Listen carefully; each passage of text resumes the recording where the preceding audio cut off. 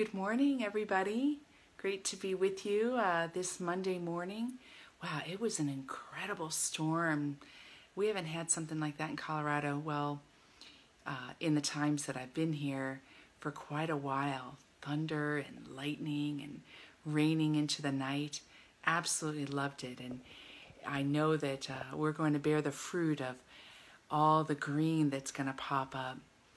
And anyway, I have been thinking the past few days about two words, and you saw that in the write-up if you saw it: detachment and disassociation. And I love playing with words. I love reflecting upon the power that words have upon us.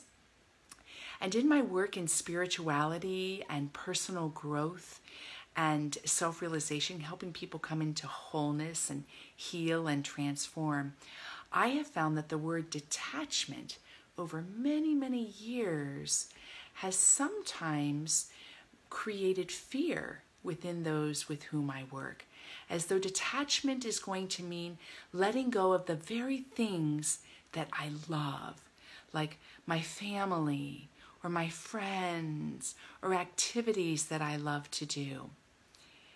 And what I have found is that detachment is really meant to mean something quite different. And where the mix-up is happening is that detachment is meant to be, or taken to be, a disassociation from who and what we are, or what makes us happy, or even the feelings and the thoughts that make us human. I know that sounds kind of complicated, doesn't it? So let me give you an example.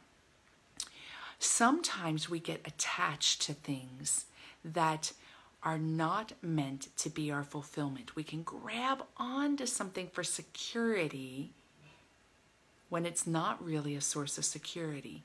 For instance, we can grab onto an idea of who and what we are as a way of feeling better about ourselves, when our real security lay in being free of that identity.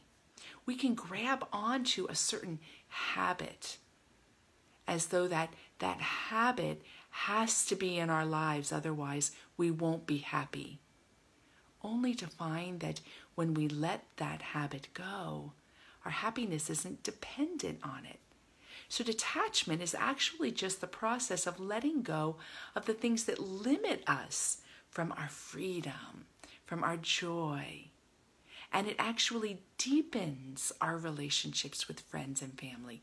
It brings us into a more authentic place in relation to ourselves, in relation to all the things that we desire, and in relation to all the choices that we make.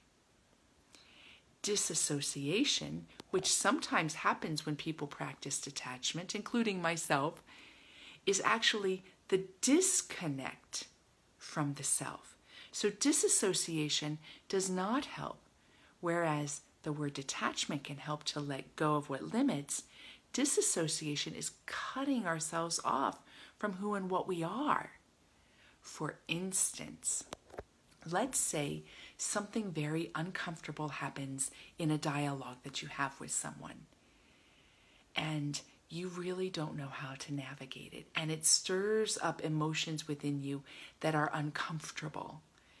Maybe you feel angry, maybe you feel sad, maybe you feel frustrated.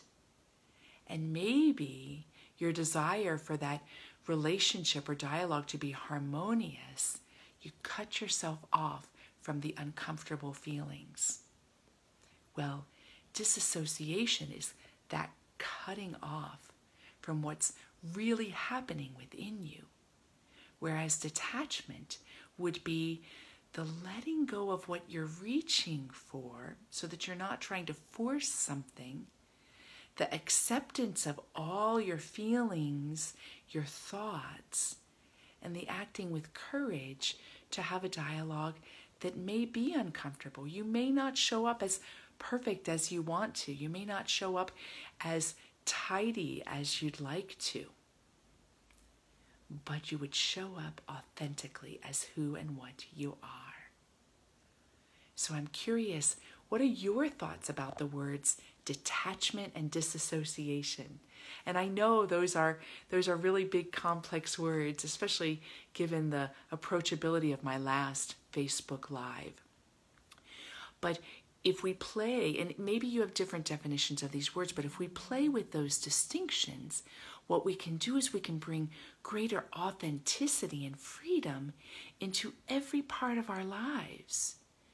And we can have the stamina and find the ability to surrender what we need to let go of so that we can be more deeply connected to ourselves, to those we love, to all our choices, and we can make choices that will satisfy us in the long run. So yes to detachment, no to disassociation. You are meant to be a full, natural expression of who and what you are in the world.